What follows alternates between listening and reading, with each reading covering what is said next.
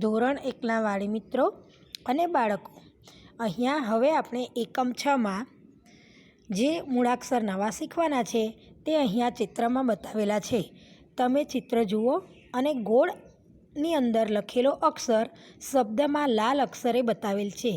તે અક્ષરનું શુદ્ધ ઉચ્ચારણ કરાવતા શીખવીશું. અહીંયા હું બતાવું તેમ તમે આપના બાળકને બોલાવશો. આ છે હરણ, આ છે હ, આ છે ઝબલું, આ છે જ,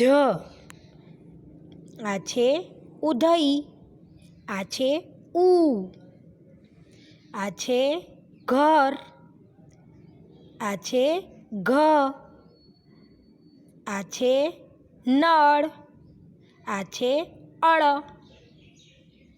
આ છે ઉપરણું, આ છે ઉ.